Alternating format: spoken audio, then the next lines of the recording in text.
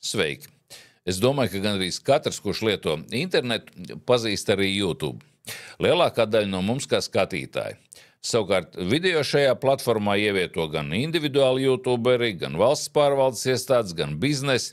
Un te nu parādās kāda ļoti interesanta likumsakarība. Visbiežāk individuālie satura autori ir daudz veiksmīgāki un skatītāki nekā organizācijas.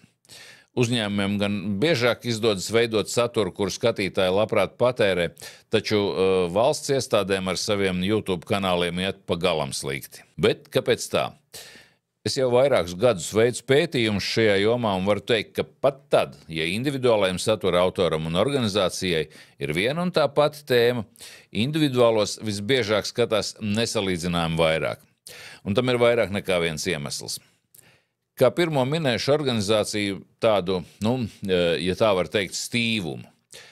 Organizācijām ir saglabājies priekšstats, ka noteikti ir jākomunicē ar savu auditoriju, ievērojot kaut kādus tādus vēsturiski izveidojušos paņēmienus. Taču pasaule mainās un šie vēsturiskie vairs nedarbojas. Otrs iemesls parasti ir vienkārši neprasme šo platformu lietot. Daudz teiks, ko tu te stāsti, kas tur ko neprast, bet es varu diezgan droši apgalvot, ka tā ir. Pie kā es nerunāju tikai par Latviju, bet tas pats ir Eiropas Savienības līmenī vai arī Amerikā. Papētot kanāla rezultātus, to var redzēt arī tīri pēc skaitļiem. Bet manu pārliecību ir apstiprinājuši neskaitāmi studenti kursos, kurus es esmu pasniedzis par video veidošanu un YouTube izmantošanu. Tajā skaitā cilvēki no dažādām organizācijām. Gandrīz visi, kuriem esmu rādījis un stāstījis par šo platformu, pēc tam ir teikuši, ka ir bijuši ļoti pārsteigti, uzzinot par platformas iespējām un lietošanas labo praksi. Ticiet vai nē? Droši vien daudzi var jautāt, kāpēc gan vispār jāizmanto YouTube platformu, ja ir daudzas citas, un es varu uz šo jautājumu atbildēt. Video ir tas satura veids, kura patēriņš pieaug visstraujāk. YouTube ir otra pasaulē visvairāk apmeklētā tīmekļa vietne tūlītais Google. YouTube ir otrs lielākais meklēšanas operators aiz Google.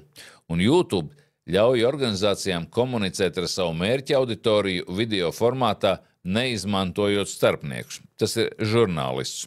Tātad savu vēstījumu iespējams nodot precīzu un nepārveidotu.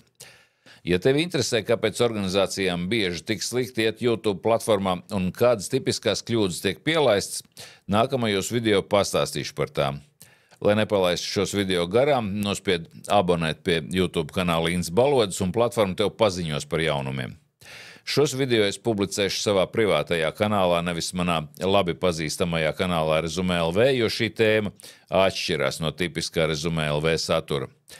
Ja tev ir kāds konkrēts jautājums par YouTube lietošanu, ieraksti to komentāros un varbūt man izdosies uz to atbildēt. Es esmu Inns, video satura autors un YouTube lietošanas konsultants organizācijām, bet šoreiz ar to arī beigšu. Uz tikšanos!